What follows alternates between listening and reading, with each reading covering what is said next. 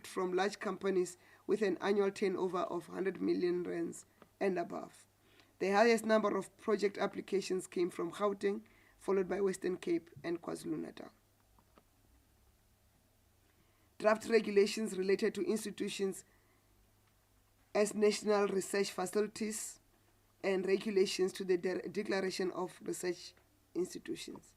Cabinet approved the publication for comments the draft regulations on the establishment and governance of national research facilities and draft regulations on the Declaration of Research Institutions.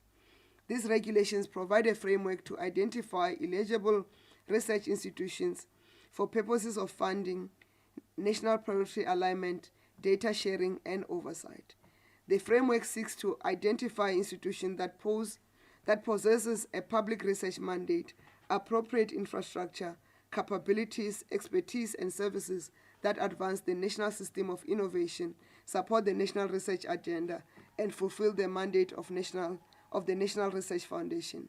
The proposed regulations aim to strengthen governance and ensure that research institutions play a strategic role in driving innovation and supporting South Africa's development objectives. On bills, Draft Gas Bill 2025, Cabinet approved the submission of the Draft Gas Bill 2025 to Parliament for further processing. The bill seeks to repeal the Gas Act of 2001 and introduce a modernized legislative framework that reflects recent technological developments in gas transportation and storage. The bill also addresses challenges experienced in the implementation and enforcement of the current act by positioning South Africa to better manage its gas resources and infrastructure in line with global best practices and national energy priorities. The bill empowers the National Energy Regulator of South Africa to set, monitor, and regulate distribution tariffs, regulate the registration regime, and to determine suitable period for licenses. The bill also seeks to provide empowering provisions for a centralized strategic planning regarding new gas facilities, particularly the transmission and regasification facilities that form the backbone of gas importation and bulk transportation to ensure national energy security. Natural Scientific Professions Bill 2025, Cabinet approved the publication of the Natural Scientific Professions Bill 2025 for public comments. The main objective of the bill is to update and replace the Natural Scientific Professions Act of 2003, which regulates natural science professions in the country. The draft bill introduces an updated legal framework for registration, regulation, ethical standards, and scope of practice for natural scientists, with an aim of modernizing governance of the profession, ensuring alignment with current scientific practices and international standards.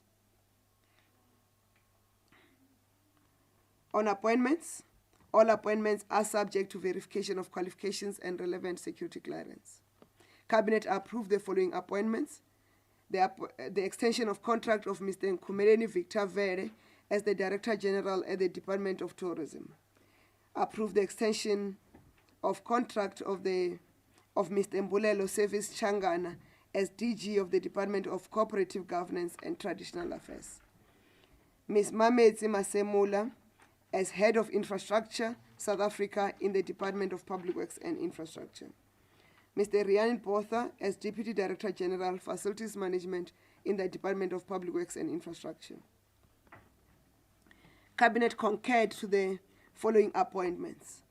Cabinet concurred to the appointment of Mr. Themba Ngubeni as the Chief Executive Officer of Umzimvubu Tsitsikama Catchment Management Agency.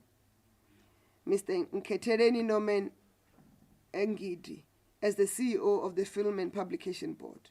Mr. Mahatu Melo as the Managing Director of the State Information Technology Agency, SITA.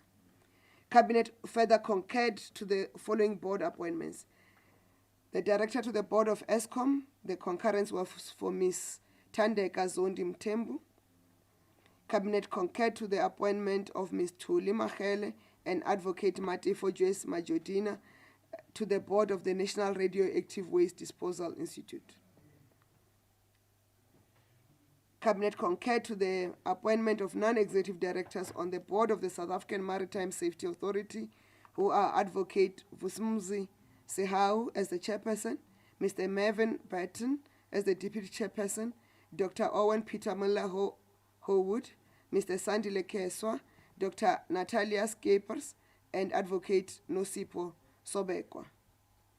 Cabinet further concurred to the appointment of members to the Central Energy Fund Board as follows: Advocate Lindelwa Nobantu Nziba, Mr. Neil Johnson, and Mr. Pesley Msingati Madokwe. Cabinet concurred to the appointment to the National Energy Regulator of South Africa of Ms. Rian Govender as the Deputy Chairperson, Mr. Wilbrod Majola, and Ms. Nomfundo Maseti. Cabinet also concurred to the appointment of members to the Companies Tribunal, who are judges: Judge Mohammed Nafsa, Judge Kathleen Seichwell, Judge Robert Nugget, Judge Bosi Henry Mba, and Judge Visvanath Ponan. Members of the South African Council for Space Affairs, who are Advocate Lutando Simpiwe Nkumatela as the chairperson, Dr. Maria Ria Nonyana Mukabane as deputy chairperson and who's also a DTIC representative, Advocate Icho Kioletsi Matlou, Mr. Shafki Amiddin Ali, Mr. Kibidizwe Midupi, Mr. Sidney Lindell Pence, Mr. Vincent Mulawa Mwajana, Dr. Reshma Matura, Mr. Ntlantla Michael Mabaso, Mr. Itumeleng Makula as the representative of the Department of Science, Technology and Innovation, Dr. Sarisha Herelal, Ms. Yolanda Ngumalo, Mr. Frank Mnisi as the representative of the Department of Communications and Digital Technologies, Colonel Tamara Thomas Haywells as the representative of the Department of Defense, and Mr. Livas Mabaso as the representative of the Department of Transport. Members to the Board of Land Affairs, the concurrence is for Ms. Lusanda Nomasango Neshtenje as the chairperson, Ms. Precious Tlengiwe Makwe as the deputy chairperson, Advocate Anthony Michael Fivias, Mr. Pierre-Jean Alexander Keba, and Mr. Tsietsi Hamilton Madonsel. Cabinet further concurred to the appointment of members of the Amatole Water Board as follows: Dr. Haster Shapley, chairperson, Ms. Lita Charlotte Geza, deputy chairperson, Ms. Notolo Phoebe Abraham, Ms. Mkolisi Sibam, Ms. Pumezile Tutuka Songelwa, Mr. Smnikiwe Ngauka, Mr. Nomfundo Princess Dojek, apologies, is Ms. Nomfundo Princess Dojek, Mr. Bekuyise Henry Makedama, Ms. Nondumiso Pumela Ngonyama, Ms. Sinovuyo Ngumbela, and Mr. Trevor Blazer. Cabinet also concurred to the appointment of the following members to the Board of Centex: Mr. Temba Piri as the chairperson, and he will serve the remainder of his term in office, Dr. Sylvia Sateche, Dr. Lebogang Mphahlele Tsasa. Also appointment to the Composition Fund Advisory Board, Ms. Dineo Lerutla as chairperson, Ms. Unati Nosipo Mdledle Mkhize, Mr. Ernest Thabo Tipa, Ms. Nolita Peterson, Ms. Millie Reuters, Mr. Teminkosi Mkhalipi, Mr. Mohammed Karim, Ms. Lievendra Pillay, Mr. Jean Mahlangu, Ms. Muraro Murudi, Ms. Mamukiti Roslyn Mukwena Hadebe, Ms. Frida Monyane Mudau, Ms. Masedi Lonkokile, Mr. Duncan Luvuno, Mr. Juncan Belimki, Mr. Fankaba, Ms. Teshas Ndlovu, Dr. Nolutando Moyo, Ms. Krisnath Pillay, Mr. Sudshan Pillay, Dr. Tsepo Moses Sidibe, and Mr. Kevin Coley.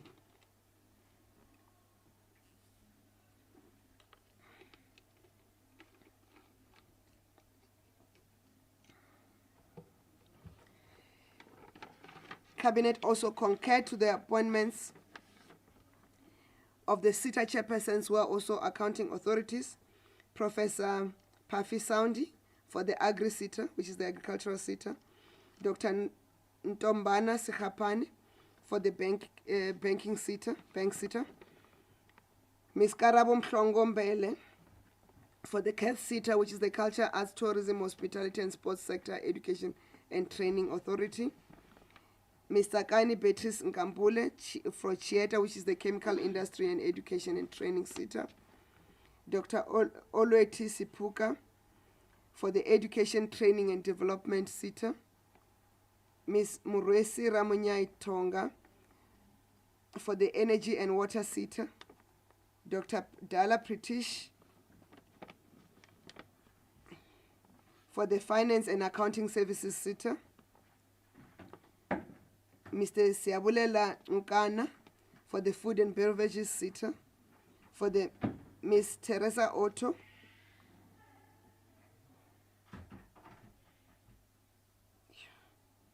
is the FPM SETA. I do not know what that abbreviation is. Oh no, they've given me the clue. The FPM SETA is the Fiber Processing and Manufacturing SETA. Dr. Nomsam Nisi for the Health and Welfare SETA, which is HW SETA. Ms. Refile Matenche for the insurance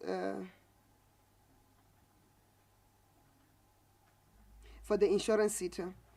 Professor Hussein Rasul for the Manufacturing and Engineering and Related Services SETA. Ms. Emma Mpatlele for the Media, Information and Communications Technology SETA. Dr. Nomusa Zetun for the Mining Qualifications Authority. Dr. Kenneth Maimela for the Safety and for the Public Service SETA, the P SETA. Mr. Chris Sitlaku for the Safety and Security SETA. Mr. Temba Dlamini for the Transport and Education SETA TETA. Mr. Tulani Sifuta for the Wholesale and Retail SETA.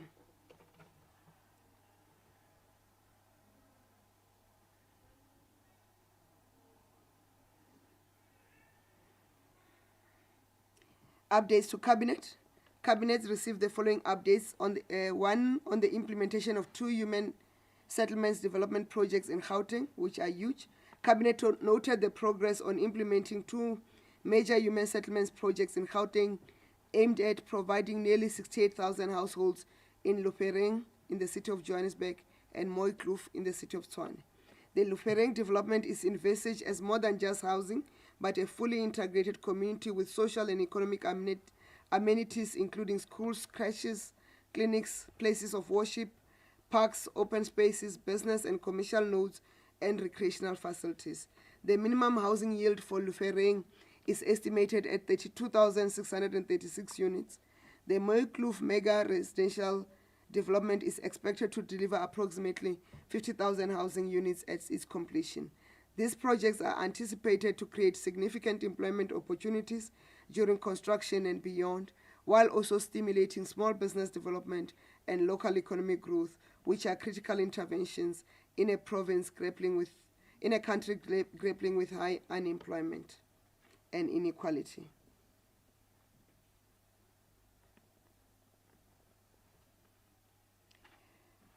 We also received an update on South African Science, Technology and Innovation Indicators Report, the 2025 findings.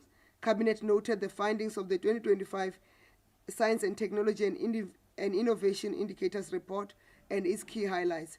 The report shows that while South Africa has established a solid foundation for a national science and innovation system, this system remains fragmented across government, academia, industry and civil society. This fragmentation, combined with persistent underfunding, limits the country's ability to translate research outputs into commercial products or social innovations. The report calls for stronger integration among government, academia, industry and civil society to drive coordinated investment in science, technology and innovation, with implementing mechanisms that enable the translation of research outputs into tangible economic and social benefits, thereby enhancing South Africa's global competitiveness. The post-school education and training state of readiness. Cabinet was briefed on the state of readiness for the 2026 academic year in the post-school education and training sector. The 2026 application cycle opened in September 2025, earlier than in the previous years, and closed on the 15th of November 2025. Real-time data verification is now fully integrated with the Department of Home Affairs, South African Revenue Services, and the South African Social Security Agency to automate household income and citizenship checks. To strengthen fraud prevention, biometric and fiscal identification measures have also been introduced. Furthermore, National Student Financial Aid Scheme will have full-time capacity at each institution of higher learning during the registration period to support institutions and students with funding-related challenges. A war room will be established and will be made up of representatives from the Department of Higher Education and Training, National Student Financial Aid Scheme, institutions of higher learning, and student bodies. This war room will meet weekly to assess challenges and where interventions are needed. In addition, the National Student Financial Aid Scheme has updated its communications protocol to ensure that students receive information quicker online, over the phone, and in person.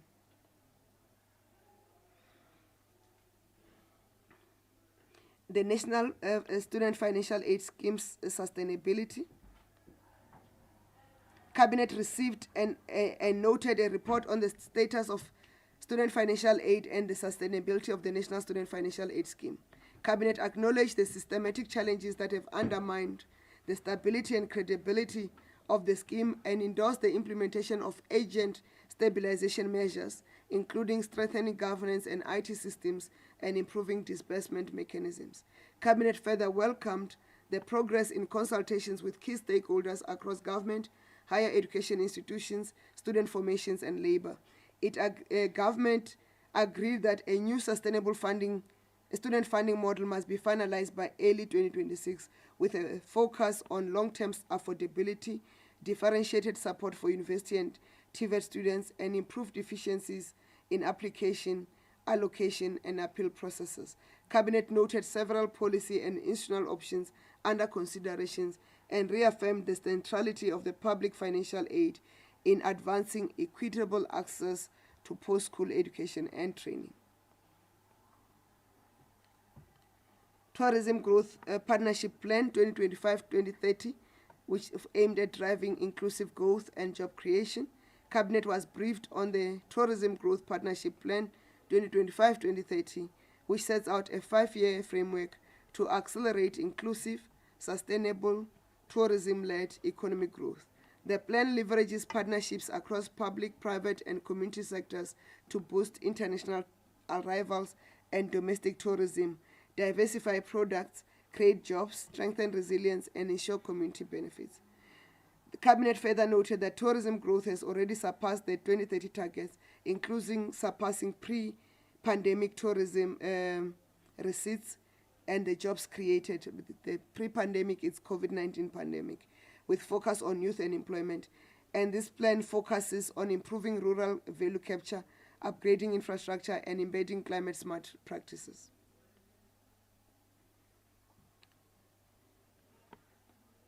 The 13th World Conference of Science Journalists.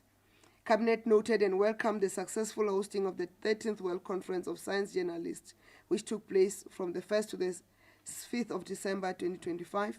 The conference was jointly convened by the Department of Science, Technology and Innovation and the Council for Scientific and Industrial Research, and it underscored the critical role of science journalism in addressing global inequalities and strengthening public confidence in science. Upcoming events.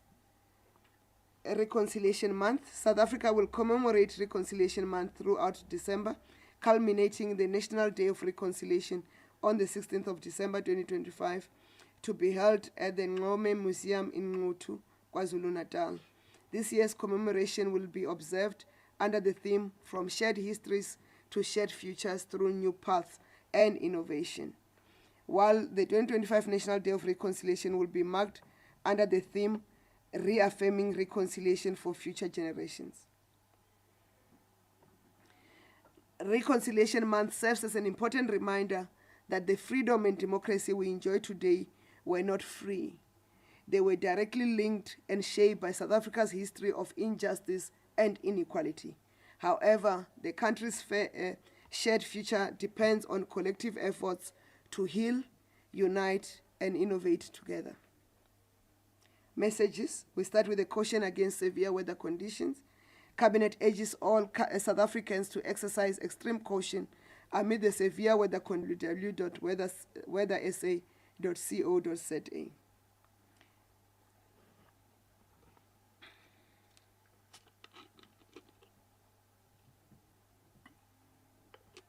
On condolences, Cabinet expressed its condolences to the friends and families of former SARS Commissioner, Mr. Oupa Magashule, who steered revenue collection during the challenging 2008 global economic downturn.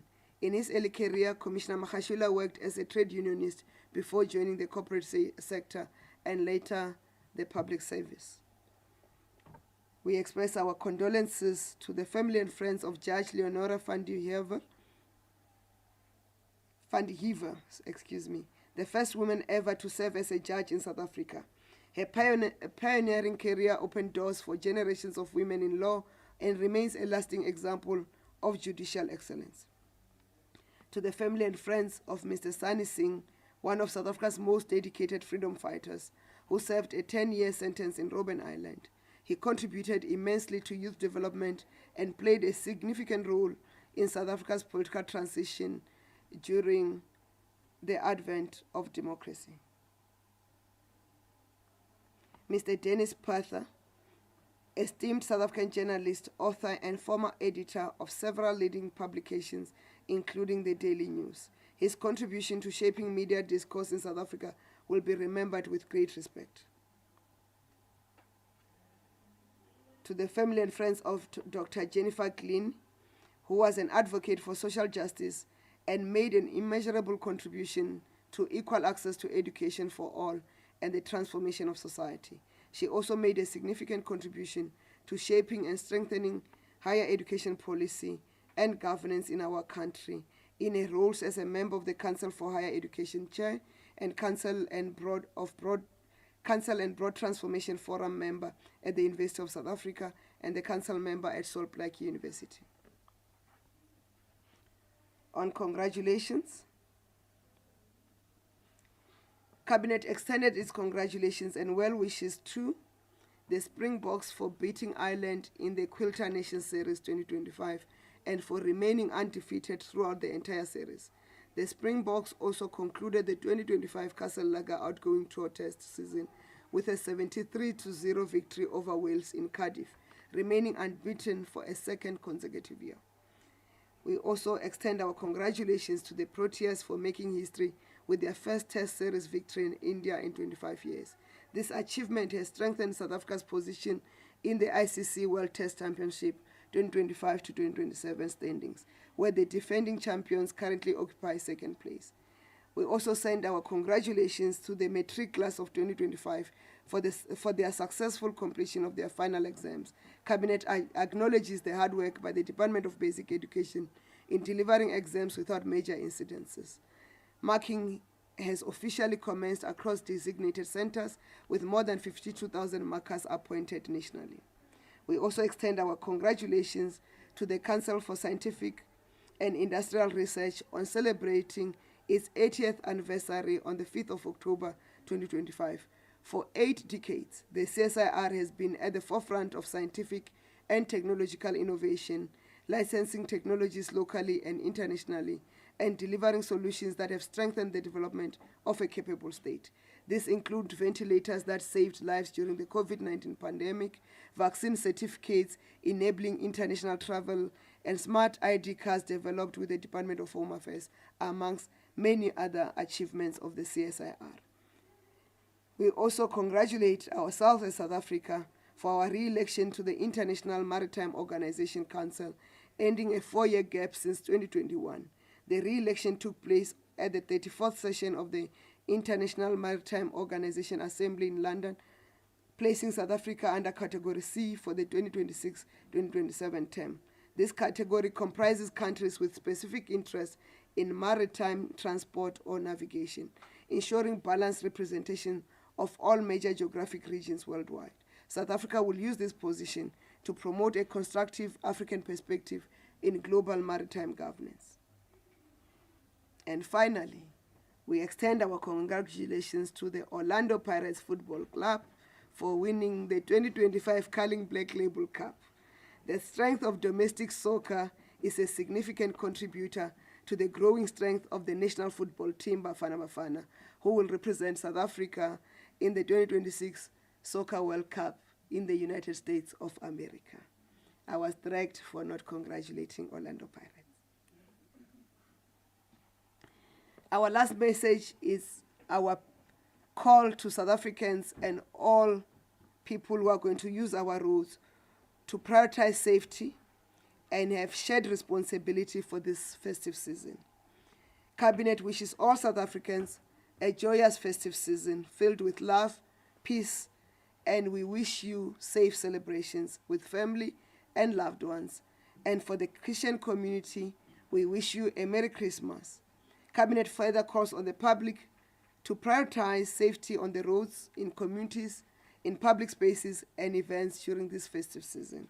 The Department of Transport has introduced a new festive season safety strategy to protect drivers, pedestrians and passengers.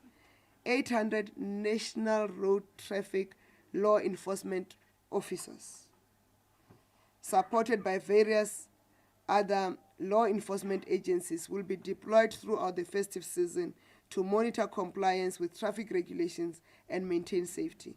Additionally, 558 newly trained police officers will be deployed to ensure public safety during this busy period. Road users are reminded to adhere to the rules of the road, cooperate in roadblocks, and refrain from reckless behavior, including drinking and driving, using mind-altering substances, speeding, and using mobile phones while driving. Parents, caregivers, and guardians are encouraged to ensure the children are always supervised and protected from hazardous situations.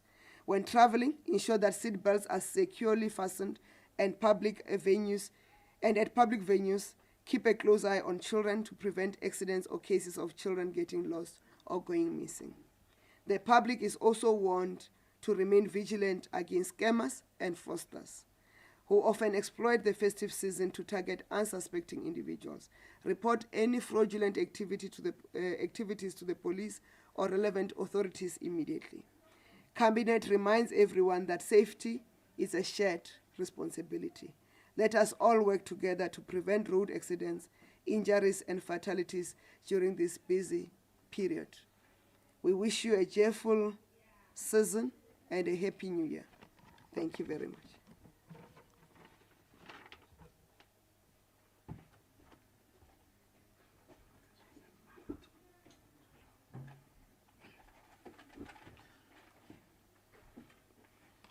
Thank you very much, Minister, for the comprehensive statement. As you indicated at the beginning, that this was the last sitting of Cabinet, except, of course, if there is a need for a special Cabinet. Can I indicate that the statement will be made available on all our platforms, including, of course, on the media groups that we normally work through? Let me then invite questions. Firstly, I'll start in the house here and then check if we have any online questions. The drill is the same. You'll introduce yourself in the media house and then get on with your questions. And check where you're seated. There is a knob there. You push it to red, then you can speak. Let me then invite questions. I'll note your hand, note the hand, note the third, note the fourth. In that order, now I recognize the hands. Morning, Minister. It's Alpha. I'm from Eyewitness News. I just want to ask, your government keeps mentioning the protection of whistleblowers, but they keep on dying year by year. we recently saw the death of witness D. Maris van Werf at the Malawi Commission of Inquiry. Do you think government is doing enough to protect its whistleblowers, or is there more that can still be done? Thank you. Thank you very much. Good morning, Minister. My name is Dr. Marani from ENCA.